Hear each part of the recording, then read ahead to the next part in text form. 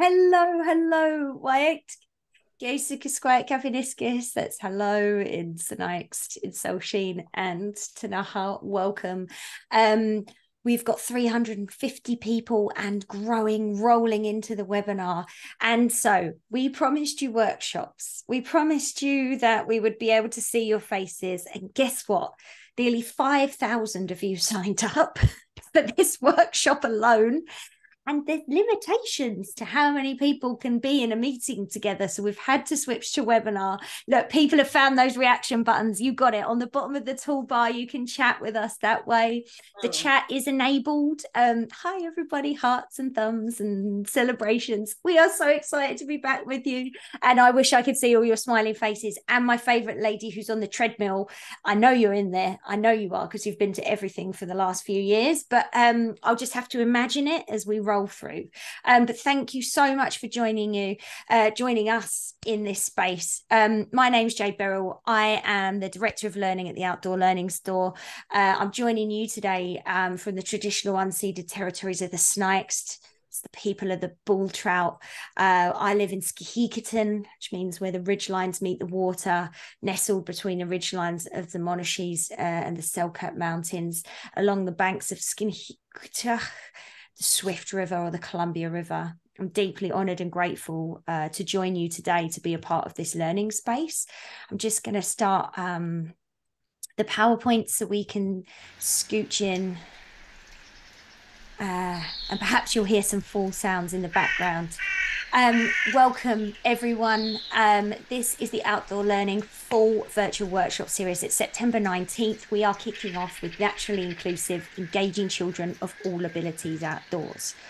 As I did give my Indigenous acknowledgement, I would like to share with you that it is, of course, September, which means the National Day for Truth and Reconciliation is coming up in Canada on September 30th.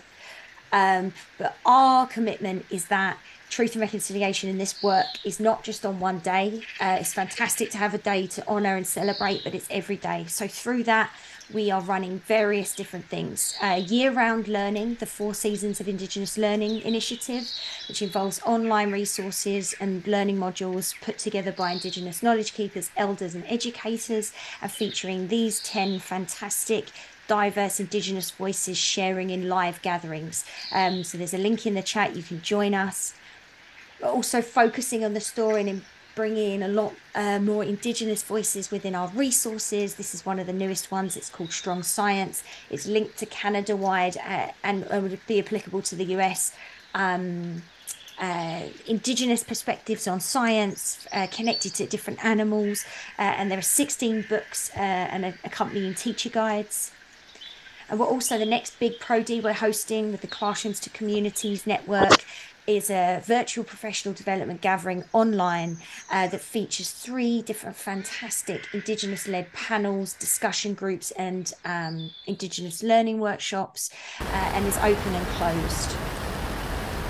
Just one moment. We're also hosting a bunch of different courses and things to be able to give you what you need to succeed. The first full one is outdoor play-based learning. We've also got nature activities for learners if you're really looking how to go in. That starts in the winter. And these are live workshops with the authors of these resources. And then we have a 4-part learning series in spring on wild learning.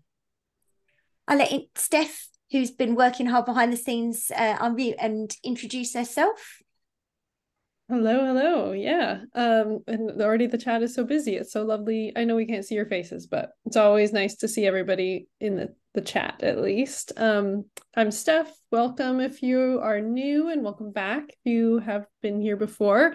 I'm the program manager at Take Me Outside, and I'm also representing our 80+ outdoor learning partners that we have through this wonderful community and network. Myself, I'm calling in from Vancouver Island in British Columbia, Canada, and where I am specifically is the land of the Kawatsin people, the Cowichan tribes, the Hokominum speaking people. Right now I'm under the shadow of the mountain, the Suquas, and although it's obscured by clouds, and I'm happy to see those clouds as it means that we are getting some rain and the land is getting once again replenished after a long summer. And I hope it's lovely wherever everyone's calling in from. I see everyone writing where they're calling in from right here too, so thank you for that. I should be talking about Take Me Outside Day though, also. So Take Me Outside Day, if you haven't heard of it, is our annual event. It's our biggest annual event among others. And as you can see there, we have themes every day. It's all about getting outside, spending time on the land and learning more about your connection to the land. And we're going to have speakers and activities and amazing prizes. It's going to be very fun. And actually tonight, we want to offer folks, if you sign up sort of, between now and the end of the night, we are going to take a pool of those registrations and we're going to offer some prizes. So if you are signing up to Take Me Outside Day in the next, in the evening time, wherever you are, we'll select someone randomly, a few folks randomly from those, and we'll send you a prize. Like, we have gift cards to Mac, we might send you a TMO t-shirt.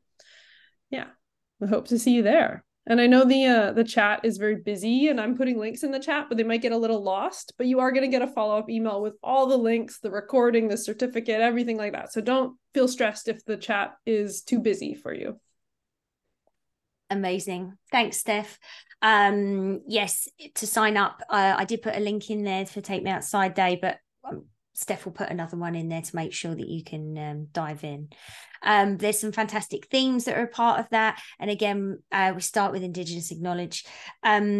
We ask, if you are in North America or this is relevant to you, that in this moment, as we centre Indigenous perspectives as we move forward, you can give your land acknowledgement in the chat if you'd like.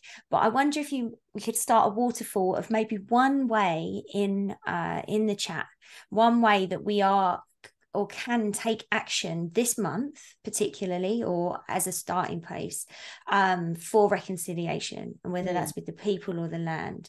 So that could be as simple as picking up trash when we go outside. It could be researching or attending an Indigenous-led event, reading Indigenous created resources. But let's have a waterfall of thoughts. Nadine's talking about partnership. Wonderful, thank you so much. Learning traditional language, fantastic. Bringing an elder in the classroom, reviewing the Truth and Reconciliation calls to action document, fantastic. Really appreciate you. There's a link in the chat that will go in as well, that has some really fantastic curated resources from our Indigenous advisors that will help you do that. Thank you so much. We have 916 people here. Just so you know, this is the most powerful community building space. I know we can't see each other's faces, but we are here as a community doing this work. So I'm so grateful for each and every one of you and for everyone for being here today with us. Okay. We're in webinar, so it doesn't matter if you're eating dinner or loud noises from kids behind you. We can't hear you or see you, actually. But please type any questions in the chat, or you can use the Q&A. And if you put them in there, Steph and myself will collate them. And after Ruth's presentation, we'll pose the questions for you. You can enable closed captions if you need subtitles. If you hit the 3 dots more button on your toolbar, and you can enable them. We're going to have a little introduction, the presentation, Q&A, and then there's prizes right at the end, as always, so stay right to the end. You'll get an access to the recording, a discount code for resources at the Outdoor Learning Store, and a certificate of attendance. It will go in a follow-up email to you by lunchtime tomorrow. If you don't see it, please check your spam. I'm loving to see the fantastic waterfall still of amazing reconciliation work going on right in this moment. So thank you. Okay, super quickly, because you know how it is, I'm just going to launch a little poll. So hopefully on your screen, 2 questions, you scroll, or the first question is, where are you joining us from? So I've sort of split it into the Canada and the US is sort of in there. Mexico's on its own, sadly, and then there's elsewhere on this beautiful planet. There's limited bits that I can put in there. So if you are from elsewhere, please type in the chat where you're joining from. And if you're typing in the chat, there's a little arrow and it says, make sure that your blue little arrow says everyone and not just hosts and panelists, so that everyone within the room can see the work you're doing. We've got people from Australia, people coming in, China, Argentina, fantastic. Cowichan, not far from there, or actually where Steph is.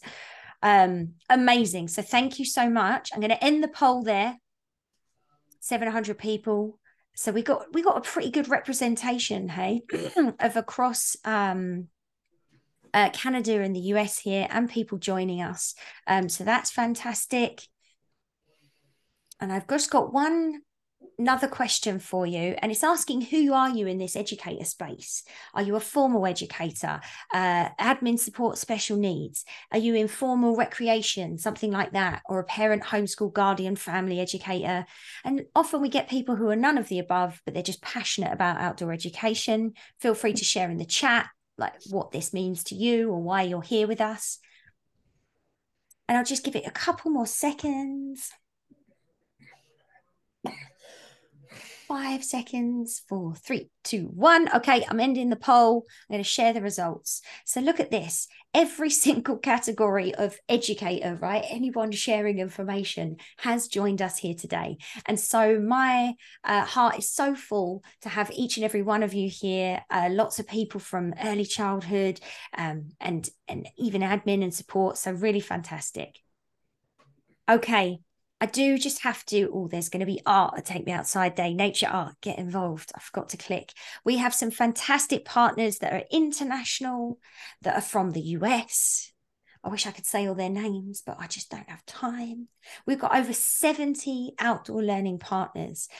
These are our Canadian partners. So on our website, outdoorlearningstore.com/partners, if you click on their names, you'll get a fantastic set of resources, support tools that are relevant for your place, your space. So please utilize that partnership in developing your outdoor learning practice. Okay, right, as my nan would say, time for the meat and potatoes. Here we go. So welcome to Naturally Inclusive, Engaging Children of All Abilities Outdoor. I just want to introduce, this is my friend Karen. Karen's an inclusion and accessibility consultant and expert, fantastic dancer. I don't know if I should say all of our secrets. And outdoors person, kayaker, canoer. This was taken off. They'd been canoeing at a conference that we held in Revelstoke last October. And Karen is the person that brought Ruth to us in our world. So I'm going to pass it over you to introduce Ruth. Karen, thanks for being here. Thank you, Jade. Welcome, everyone. And like Jade said, my name is Karen Lai. I go by she, her pronouns, and I'm pleased to be calling in from the lands of Musqueams, Leeward, and Squamish nations. I have the pleasure of introducing Dr. Ruth Wilson, who has her doctorate in early childhood and elementary education and a master's degree in special education. Dr. Ruth taught at the university level for over 14 years, including 10 years at Bowling Green State University in Ohio. Professionally, her primary areas of interest are early childhood environmental education and peace education.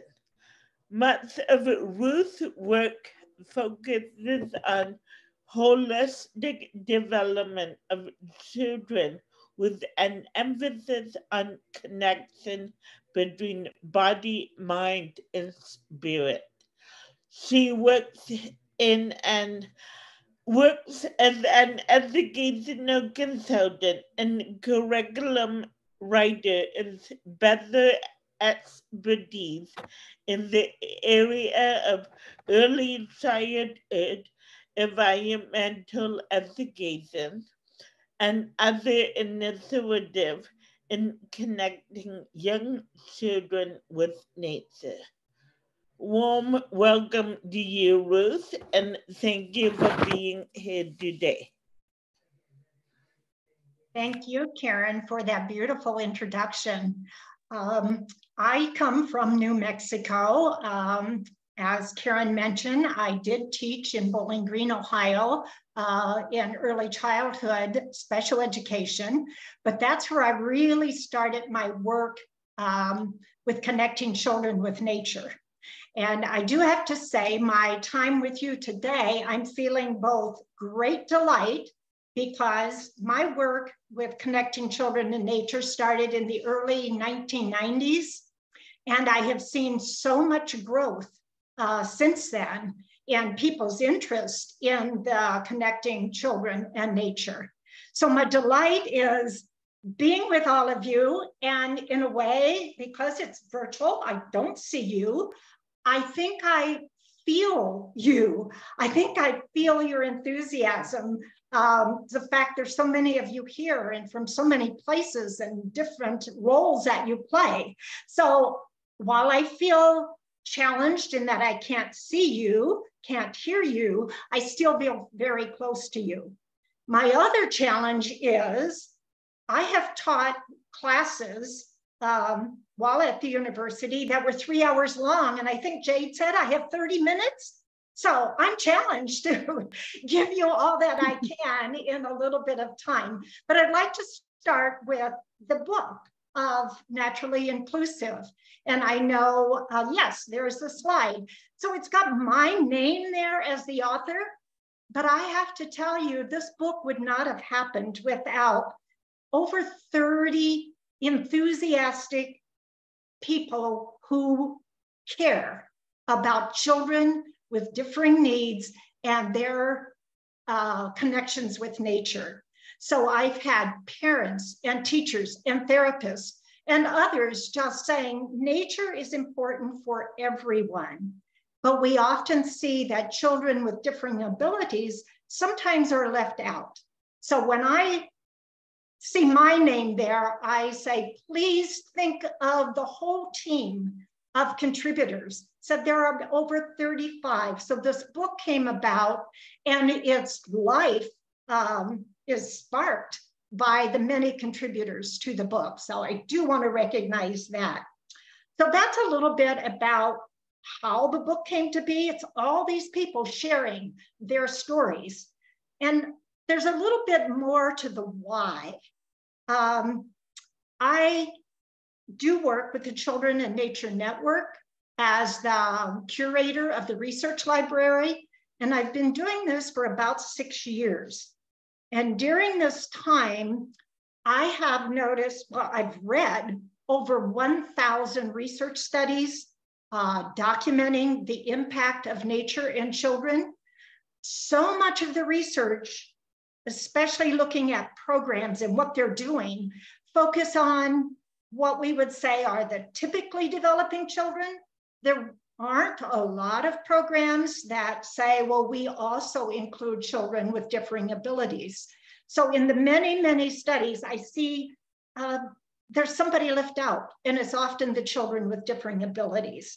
So I've noticed that and concerned about it. I've also visited quite a few programs and the nature-focused programs. And again, the children with differing abilities, I don't see them very often. So there was a need to say, okay, let's tell stories about where it works, where it's successful, and why it is so important. So that's kind of the why. I would like to share just 2 stories before we move into the rest of the slides. The one story is about my brother, Jim. I grew up with 2 older brothers. My brother, Jim, was the older one, and he had Tourette's syndrome.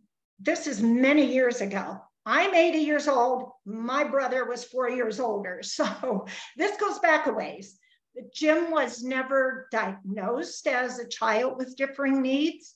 Nobody I knew had ever heard of the word Tourette's syndrome. We just knew that Jim was different. He didn't walk or talk until he was at least 4 years old. And then he did go to school, but he was always the one that was left out. Many times his desk was in the back of the room and the teachers just went about doing the regular lessons for the other children. And I'd really say school was not a pleasant experience for him, nor were times outside of school. Jim was not invited to birthday parties. Jim was not in any organized outside of school time activities.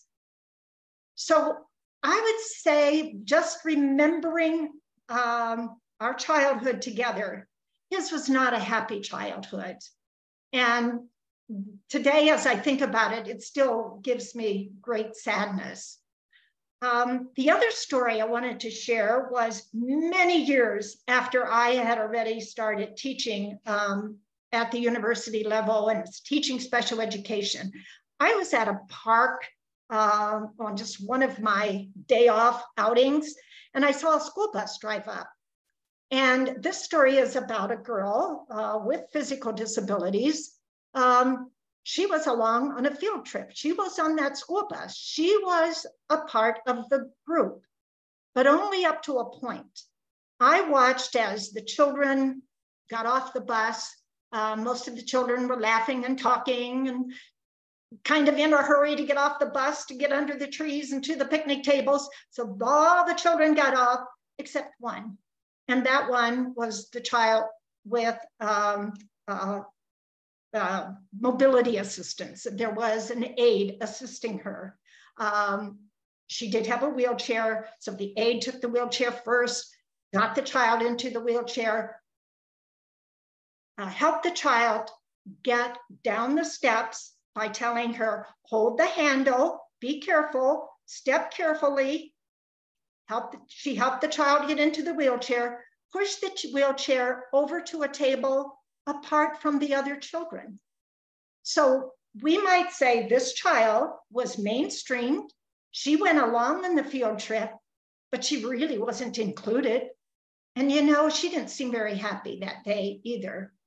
So there were two stories here, one many, many years ago, one more recently, but each story talks about the being left out, not being included.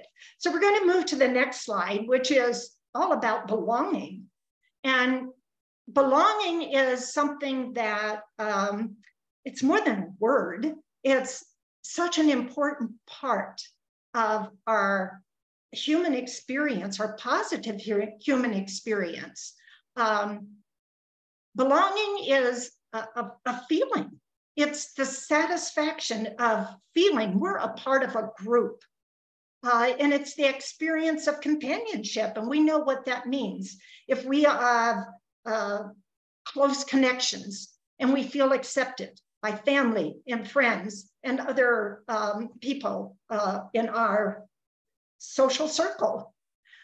But belonging, and those two are very important points about belonging. It's about quality of life. But belonging is also a need. It's not a frill. So when we talk about being happy or having quality of life, belonging is also a need. And it's the need to be affiliated and accepted by members of a social group. Belonging has power. If we feel we belong, we're going to be much more motivated to participate in some activities. If you feel you don't belong to a group, you feel you're not going to be accepted, your motivation to push yourself in there may be compromised. And research on the benefits of belonging or the outcomes of belonging, it's all related to happiness, well-being. It's also related to an overall reduction in mental health problems later in life. So belonging is really critical to what we would say is a sense of well-being. We're going to move on to the next slide. And this slide does relate belonging and quality of life. And if you look at the pyramid, the triangle on the right side, you'll see social belonging right in the middle. This pyramid or triangle represents one of the psychologist, Abraham Maslow, and what he developed as our human hierarchy of needs. And we're going to focus on that social belonging and then those two needs above it. When he talks about the hierarchy of needs, you'll notice the top one is self-actualization, being all that we can be. But he says with each level of need, the one below it has to be satisfied before you can move on to the next one. So the social belonging needs to be in place before we will feel that esteem or experience being esteemed or recognized by other. And it's also before we can reach that sense of self-actualization, being what we can be. I think of this not just in terms of the individual, but also of our society, that unless we foster social belonging, all of us together, we're not going to really be able to view ourselves in a positive light. And we as a society, we won't reach all that we can be. So that's a little bit of a jump from what Maslow said, but I do think that social belonging is critical to the individual and to our society, the health of society. We'll move on to the next slide. So I can't wait to get to the one that's all about nature, but this is a slide that says the title, The Ones We Sent Away. And this was the cover of a magazine, The Atlantic, in September. The author is Jennifer Senior. And Jennifer wrote about an aunt that she never knew she had until Jennifer herself was an adult. So this was her aunt, was her mother's sister. So you'll see in the photo, there's the mother, the father, a daughter, and then there's someone missing. And the reason that someone is missing is because she was sent away to an institution when she was 3 or 4 years old, that the physician told the mother and father, this child will never develop normally. This child really will not have a chance for quality of life. The best place is an institution where you and your family can move on and know that your child is in a place where she will be taken care of, but we know will never advance in terms of developing joy, abilities, capabilities. So that's a story a little bit about the history of what sometimes occurred with children with differing abilities. Let's move on to the next slide. And we're back to naturally inclusive. So this is the alternative that we now say that was certainly misguided information that parents were receiving at the time. All children have abilities. All children have capabilities. All people do. So now we say what the publisher put on the cover of the book, this is what we would say, this is what we want. This is what we want for children and society. We want a place where everybody is included. So there has gone that shift from focusing on the deficits, what's wrong with the child, and feeling, well, if we can't fix it, we'll just put it away. Well, now we look at it entirely different, and we say all children have abilities, and all children should be included, especially when it comes to what brings joy to life. And nature is one of the things that brings joy. Let's move on to the next slide and look a little bit more at what inclusion actually means.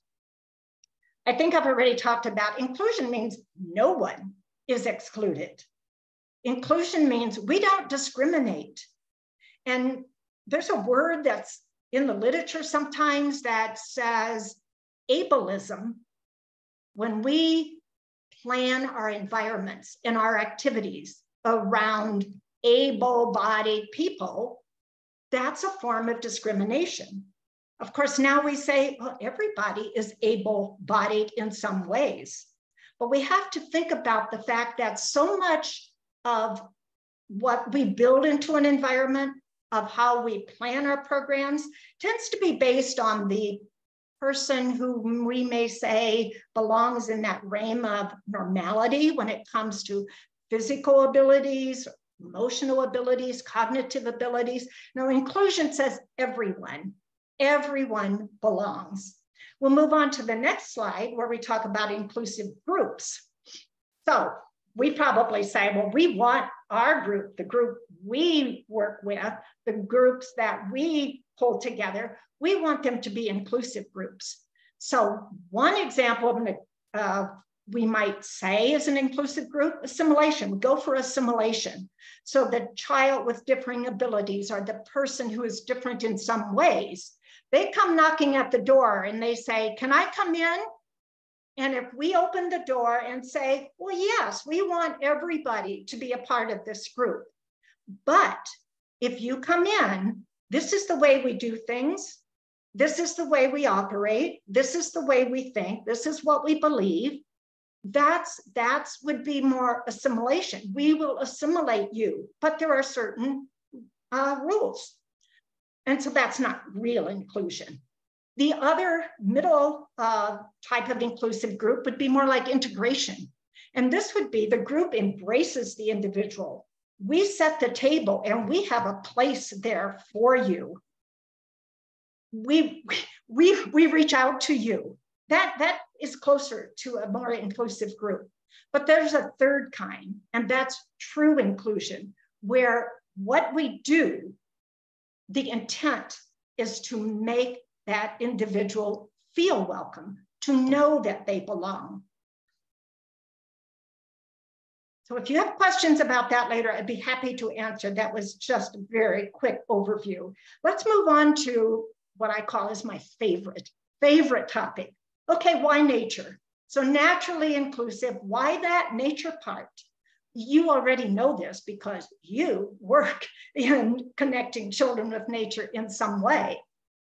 Well, just drawing from the research, what I know, what I experience, I pulled together some reasons about why nature is so ideal for fostering that inclusion. Well, number one, nature is our natural habitat. We as humans, we know evolutionary history that nature is where we have grown up as humans. A natural habitat is where living things thrive. So just recognizing the fact nature is our natural habitat, not buildings, not roads, not airports. Those aren't our natural habitats. Nature is. We also know that we feel it within ourselves, and now there's a word for it that some scientists have given us, that we have an affinity, an innate affinity for the rest of the natural world. And that word is biophilia. And I put in there for the rest of the natural world because, of course, we as humans, we are a part of the natural world. So we have that affinity for everything else in the natural world. Even those things that we might say, oh, I'm a little bit fearful of that. Or I don't really like it when, it's too windy or too cold. We still, for the natural world, we're drawn to it. I would say cognitively, emotionally, we are. And again, we feel that within ourselves. Another reason why nature for inclusion, well, we have more than one kind of intelligence. As the psychologist Howard Gardner tells us, we also have a naturalistic intelligence. And that is something we are more fulfilled, we're more whole if we also attend to that way of knowing the natural world. That's what naturalistic intelligence is. We do have the way of knowing the world when we look at how things are alike, how they're connected.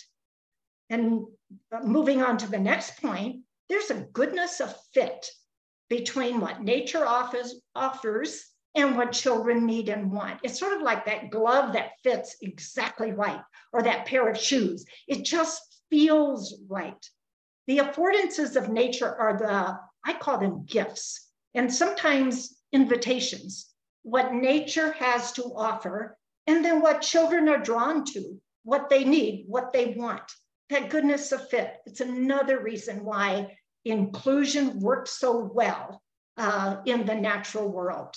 And then finally, nature itself just shows us the value, the beauty of diversity, and how it's the environment where inclusion is more facilitated than in a lot of other places. Let's move on to that next slide. And just a little bit more about affordances. So when I use that word, I'm talking about, for children, affordances are sticks and rocks and water and leaves and small animals. And what these affordances provide, those are the invitations to explore, to engage in all kinds of sensory experiences.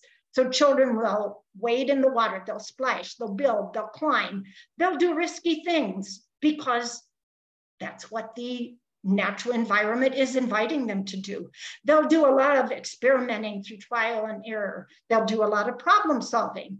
They will also, and we see this, I see this through the research studies that I've read over the last 6 years for the research library.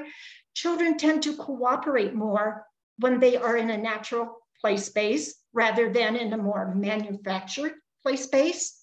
They tend to engage in different forms of play. And a lot of that, it's more creative play, it's more social play. The affordances of the natural environment are rich. And let's move on to the next slide. And this one talks a little bit about why nature and what about nature for children with special needs? What about children who can't see or hear? Well, we could ask Helen Keller, and many of you are familiar with the story of Helen Keller, who was developing normally until about the age of 3, when some type of illness stripped her of most of her sight and most of her hearing.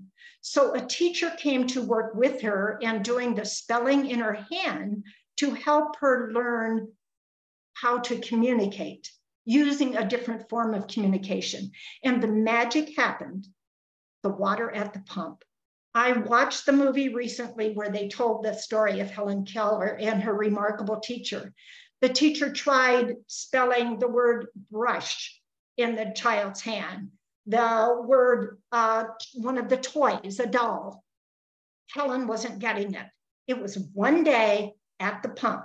So the teacher is pumping the water, putting Helen's hand, one hand under the water, spelling the word water in her other hand.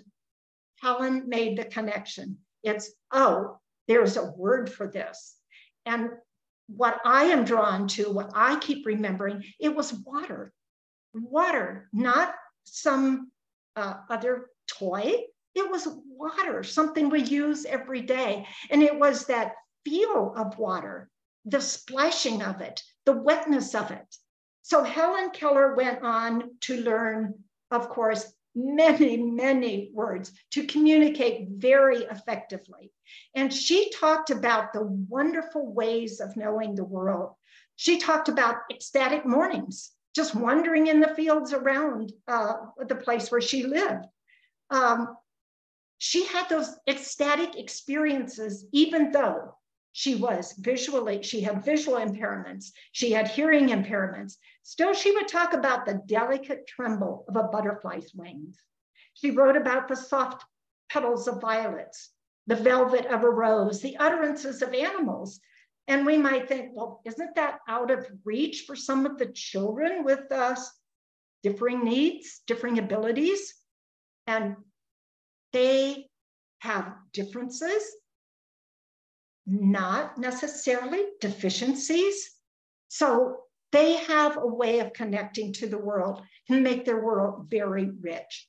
And she says, experiences with nature made my heart sing. And that can be so true of all children with differing abilities. Let's go to the next slide. I'm going to talk a little bit about what some of that research that I've been reading says. One research study asked children, what do you like about your school experience? We might think, oh, it's the music. It might be the fun of being with my friends. But what came out most were references to nature. And these are young children talking about what they liked about their school experience. They liked those big green trees with leaves, the branches, the apples. Some of the children said they liked raindrops, stone, sand, birds. They also, of course, liked playing with friends. They liked risk-taking. Some of the children with differing abilities, they didn't want to just watch what the other children are doing when they were climbing trees. They wanted to take risks themselves. They also felt the coziness of things in nature, and they enjoyed what they liked about was the autonomy. If they were given the freedom to make choices and act in a way where they're making those choices. But a lot, very nature-oriented is what the children were talking about, of what they liked about their school experience. Another study just asked children with ADHD, attention deficit hyperactivity disorder, what do you like about life? What makes your life really good? So they didn't use the word quality of life. They said, what makes your life really good?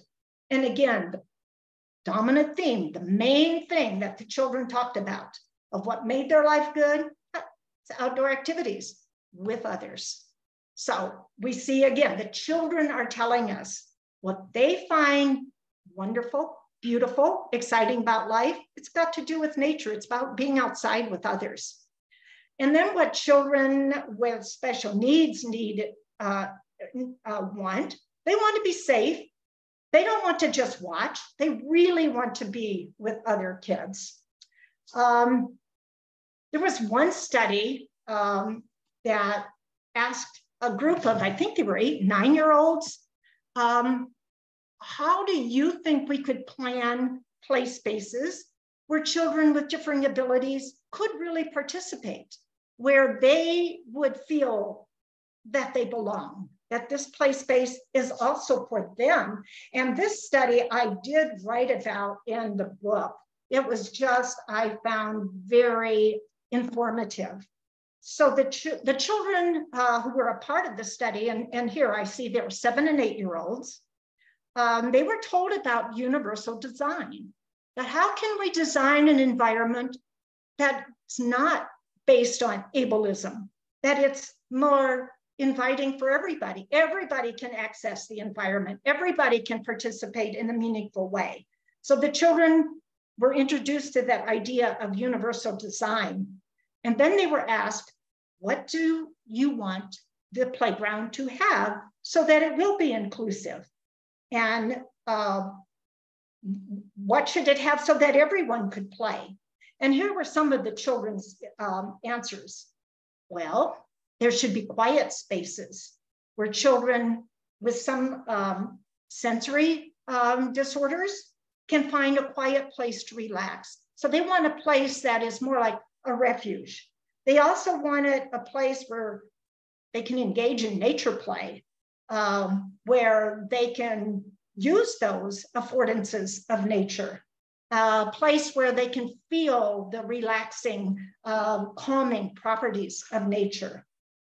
And they wanted structures. They actually wanted, they called them maybe structures. I'm not sure if that's the word they use, but things that they could climb on, things that they could use to build with.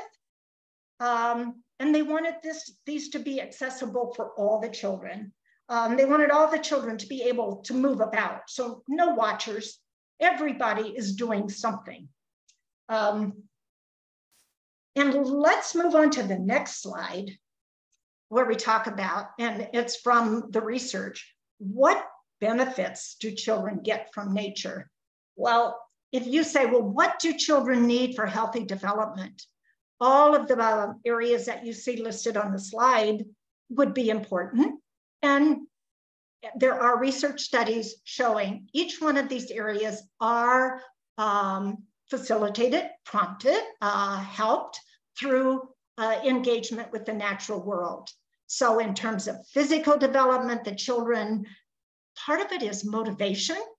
I mean, doing some of the what we might call physical therapy activities indoors probably is not as exciting and motivating as doing it outside in a natural environment.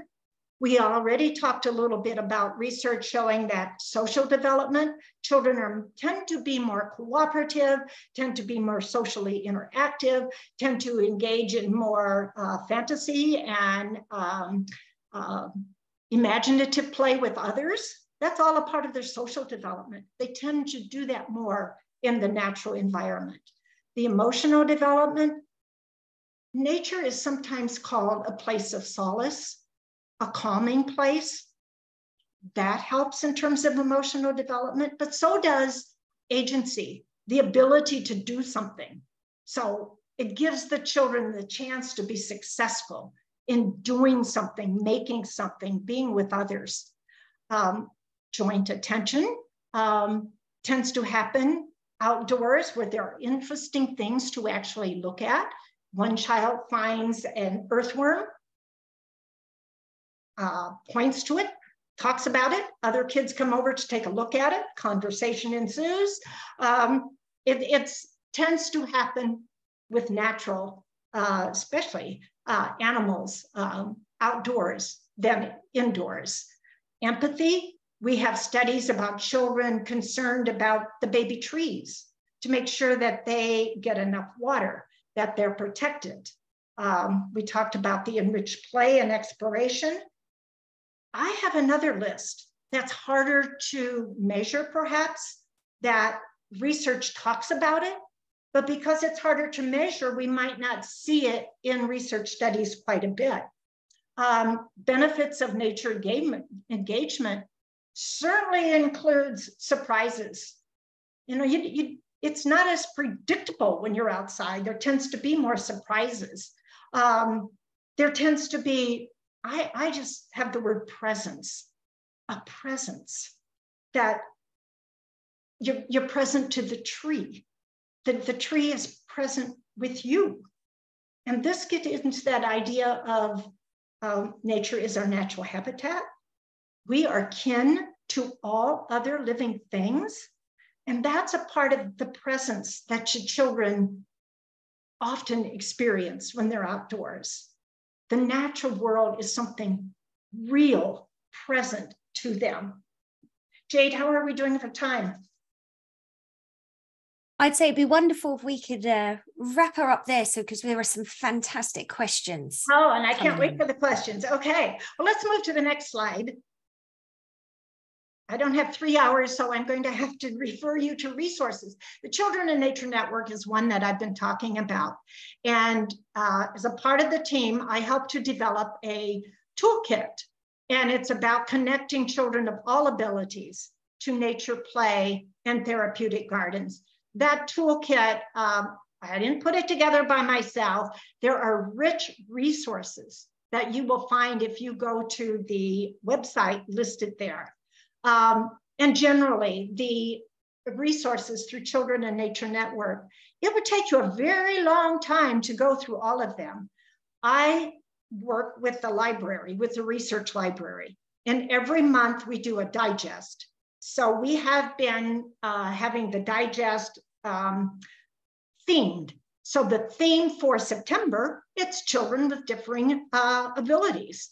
So I would encourage you to, if you haven't already signed up for the free digest, be sure you do that by going to the Children in Nature Network website, look up Research Library, and it will give you a place to sign up for the digest.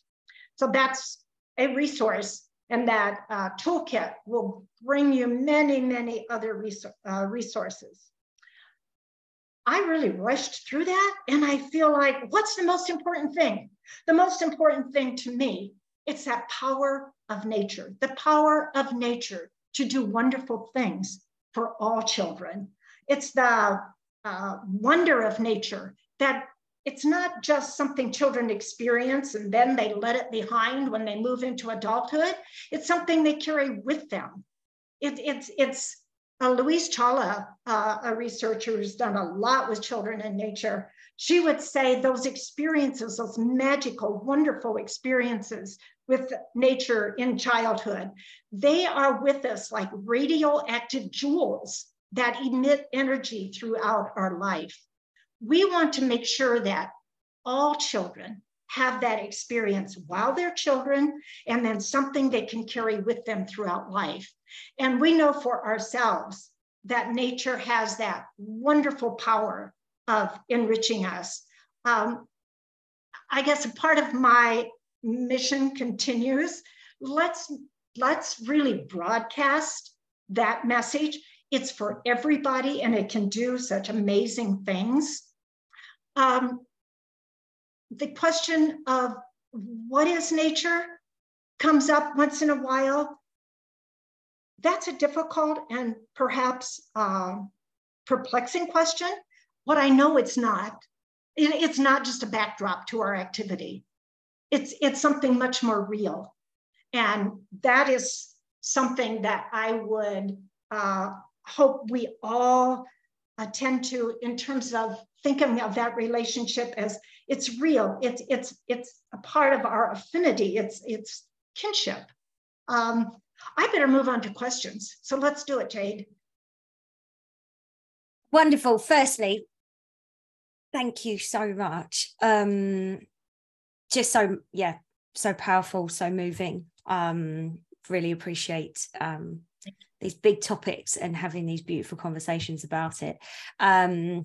You can see the little waterfall of claps and hearts and things. Okay, there are so many questions. I'm not going to be able to get to them all. I've also got Karen in the background. I might ask her to unmute if some things come up or we want to talk about it. Okay, one of the biggest things is people are like, I absolutely agree with what you're saying. This is amazing. But they're saying how. I've got neurodiverse and mobility challenge students in my class, and we're not going outdoors to learn or on field trips. What strategies can work for a teacher for me to be like, this is what I need to do, and this is important? So is the question of how to do this with children with neurodiversity issues? I feel like it might be more of a support infrastructure question. How do I get the support necessary? And there's a few different people asking this. How do I say, maybe to admin or in a formal education space, how do I get support to say that this is necessary and important? Well, one of the things to understand, it's not just us saying it. The research is backing it up. And that's one thing I love about the Children in Nature Network. All of the initiatives, whether it is for children with differing abilities, or it's engaging families or engaging youth, all of these initiatives, it's based on what research is telling us.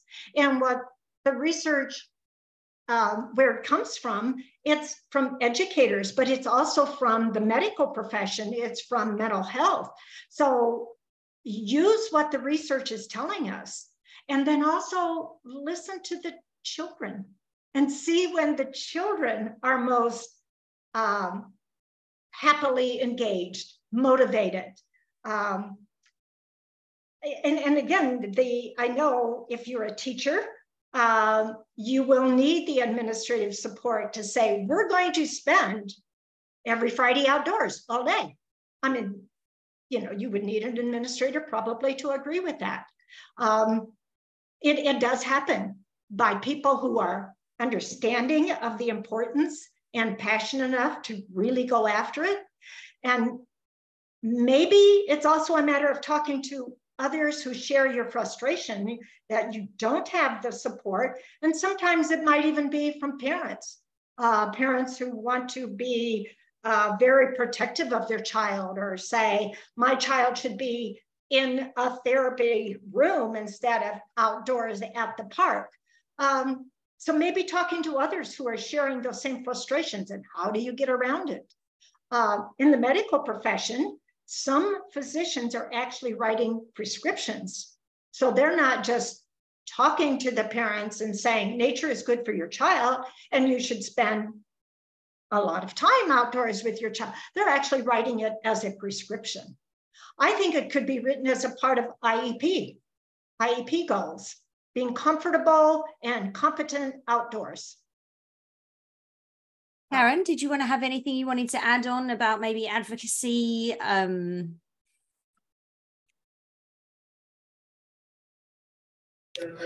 I really like what you said, Ruth, when you said, listen to the children. Listen to the children. Because when I talk in my workshops, is that we as the experts, people of lived experience, we want to play in the outdoors. We want to feel belonged with other classmates. So I really like what you just said, Ruth. Thank you. Thank you. Yeah, the children's voices are very important. They have remarkable ideas. They sometimes can share it through what they say. They can also draw it. So listen to the children, yes. Okay, I have time for 2 more questions because they're so broad. A lot of the questions came in that same thing. And of course, we could talk about this for hours and hours. And I'm so, I know we're just touching the surface, but this is, you know, we're just opening conversations, which I'm so grateful for us to have this space to do that. Stephanie asked, I want to know how others actually, or what could I do to include more children? Because my setting currently doesn't do that. So we are on an 8-acre property, so they've got space, but the only inclusive thing are 2 ramps to get into the buildings. What can I do to create more inclusive outdoor learning spaces? Some schools, and I don't know if this is a school in, a teacher in a school, some schools are partnering with cities to use parks that are close to the school. Some cities are planning, are taking empty lots, and if they're close enough to the schools, make it a school park. So there are, an inclusive space doesn't have to, we don't always have to think in terms of what do we need to add to the natural space, like the ramp to get to it. What's already there in the natural environment, and then have the children be there. You know, the affordances of the natural environment, the rocks, the seeds, the leaves, all of that, we can find those almost anywhere. And the textures, for example. So someone actually also asked a question about someone perhaps with autism or who has sensitivity to texture or things like that. And what I've found is just that the things that I create, the loose parts, the bits of stuff we're going to do, it's just used differently. So not ascribing like we're going to use these things to make a shape that looks like this, but saying here's some stuff. We got 10 minutes. Enjoy the textures, and then they can take or leave whatever feels good and what doesn't. Yes, that open-endedness. Yes, and that's what many, many children love about the natural environment. It is not prescriptive. Yeah. Each child takes what they need and want. Yes. Anything to add there, Karen? I would no, I love what you said, but sometimes bringing in the nature in the classroom, like you can bring bags of leaves in your classroom, or like pile of dirt. Let's leave the mess to the admin team, but you can bring it all in the outdoor, in the classrooms for them to enjoy. Exactly. Yes. Bring nature in. That's so beautiful. Look, there are so many questions and people are panicking that they're not going to be able to access the chat as well, by the way, which is like, you know, biblical in length at this point. So I'm going to follow up. We're going to keep the chat. Okay. We're going to put it in the follow-up email just so everyone can have it. But here's what people were saying, that they really love the meaning thing about the word belonging. So I wonder if I might just get you to close the Q&A by each of you, Ruth and Karen, maybe just really briefly describing what belonging means to you, or how you maybe could share belonging. I know it's hard to précis something as big as that. And while you're thinking, maybe I can share mine, because I work with people, particularly in sport, in the mountains, making the mountains accessible. And I think the biggest thing for me is just celebrating what people are good at, and what powers they have within a space, of being like really resilient to cold, or being able to have this really amazing focus on a particular topic that distracts them from the fact that they're scared of the chairlift, or that they're cold, by having this amazing obsession, let's say, with roller coasters, and telling me about every roller coaster that they've ever been on, and me being like, you know what, that's fantastic, because it's keeping us in a happy mind space. That for me was a sense of belonging, of knowing that everybody matters in whichever way they show up. I think of belonging too in terms of we are connected, and finding those, experiencing those connections. We tend to have so many, we share so many things that we love, that we're interested in, that we're curious about. So to me, belonging is realizing we share these things. And the belonging within the whole natural world, instead of thinking of ourselves as separate from it, we belong to it. We're a part of it. And that's the source of wonder, the sense of wonder we are a part of. We belong to all of this. Well, I think of connections. Go ahead, Karen. I interrupted you. It's normally me. Yeah, I didn't do it. Go for it, Ruth. You were ending. Oh, I was just saying about that connection. That to me, when we feel the connection, that is when we know we belong. I love that. For me, belonging means feeling that I'm valued, that I am a part in this life, and that I'm valued for my voice, I'm valued for my decision, and being valued. Yes, yes, you are valued. Yeah, I love you as a human. And as a friend, I'm going to cry from the minute, you know, these spaces, it just fills my heart with joy to be in these amazing, and even the chat is like the most emotional thing I've ever participated in. So this is a beautiful, look at all those hearts. Okay, I am going to honor, I'm really sorry we're late and we've got to do like the quiz and stuff, but I just want to say thank you, Ruth. Thank you for the work you're doing. Thank you for the books you're writing. Karen, I've participated in your professional development workshops. Karen's consultancy link will be in the follow-up email as well. And you're presenting at the National Outdoor Learning Conference in Banff, May 9th to 11th. Karen does a phenomenal, like 2-hour-long deep dive into like belonging and what inclusion means. And so just absolutely overwhelmed by the knowledge, joy, power within this space, and all the people in the chat really participating at the end of your work or busy days, or looking after kids or looking after yourselves, whatever's going on. So thank you so much for everyone.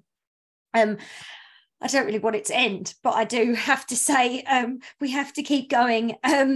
There are 5 more in this series online workshops, so please join us for the rest of them. They're going to be very much in this thing, but we're talking about wild learning, patterns in nature, teaching math, connecting to Indigenous teachings, l'éducation en plein air, fully first francophone, and someone asked about Spanish. It is coming soon, and using a digital tool for success of like online workshop trainings that are being developed for early years and beyond. Okay, prizes. This is how it goes. There's still, nearly 1,000 people in the room. So I'm going to ask you a question. It's a really good idea, everyone, if you open up the outdoorlearningstore.com and takemeoutside.ca. We're going to send you on a tiny bit of a scavenger hunt or a knowledge dive into our websites, because obviously we want you to see about all the cool stuff we're doing, resources for you. So we're trying to highlight that. But it's the first answer into the text box. You might not see everybody's because some people have their blue box set to hosts and panelists, but if everyone, you can have it clicked to everyone, but Steph and I will see. There are 4 questions. First 2 questions, you get a $25 gift card to the Outdoor Learning Store. And the second 2 questions, you get a $25 gift card to the Take Me Outside store, which is Canadian-made ethical apparel with slogans like, not all classrooms have 4 walls, and cool stuff like that. So here we go. It's the first correct answer in the chat gets it. Steph, are you ready? Because I know that it's going to be intense. Yeah. It's going to be busy. I just put the links to both the websites in the chat. Some people were asking for them, and now I would say I'm ready. Okay, everyone typing fingers at the ready. Question 1, how many free workshops are there in this full workshop series? Rebecca Miller, 6. You got it. Okay, wonderful. Amazing, easy. You're going to text Steph your email address and whether you're in Canadian or US dollars, and we'll make sure you get your gift cards. Okay, question 2.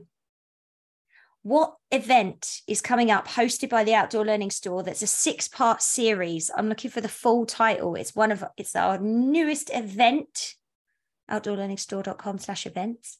The full 6-part series. I'm looking for the full title. You copy and paste it. Not Take Me Outside. It's a lot of free promotion. You should sign up for Take Me Outside Day. I mean, yeah.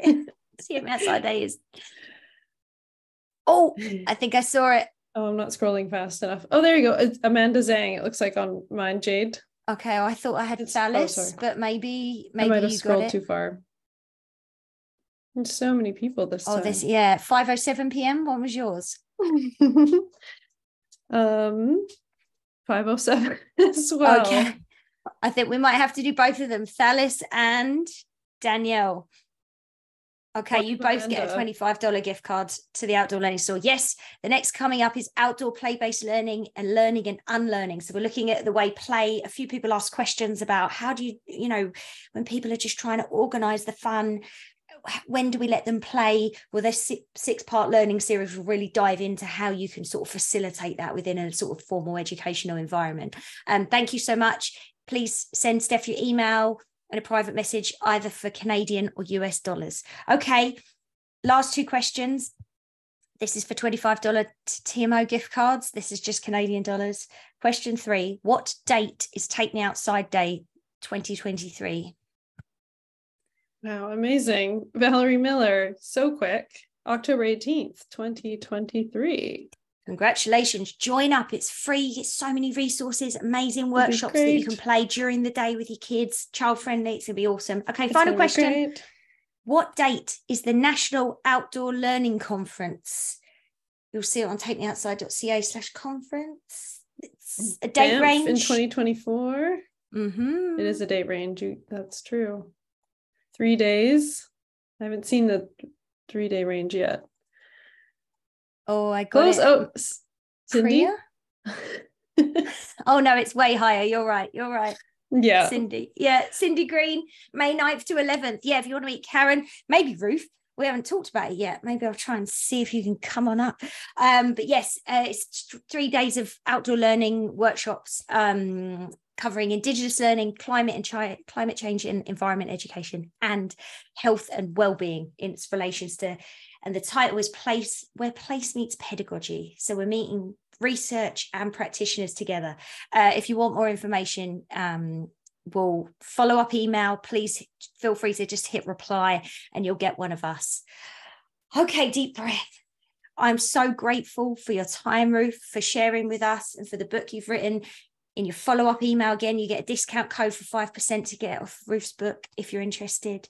And Karen, for bringing joy into every space that you're in, as always, making me laugh before we went on air and making sure that I didn't get too serious. It's been a really phenomenal start to the series. I'm going to say thank you so much. I'm deeply grateful for each and every one of you, Lim Limt, and I wish you all a fantastic evening wherever you are in the world, or morning for the person in Australia. And we'll see you for the next one next week. Thank you and good night. Good night.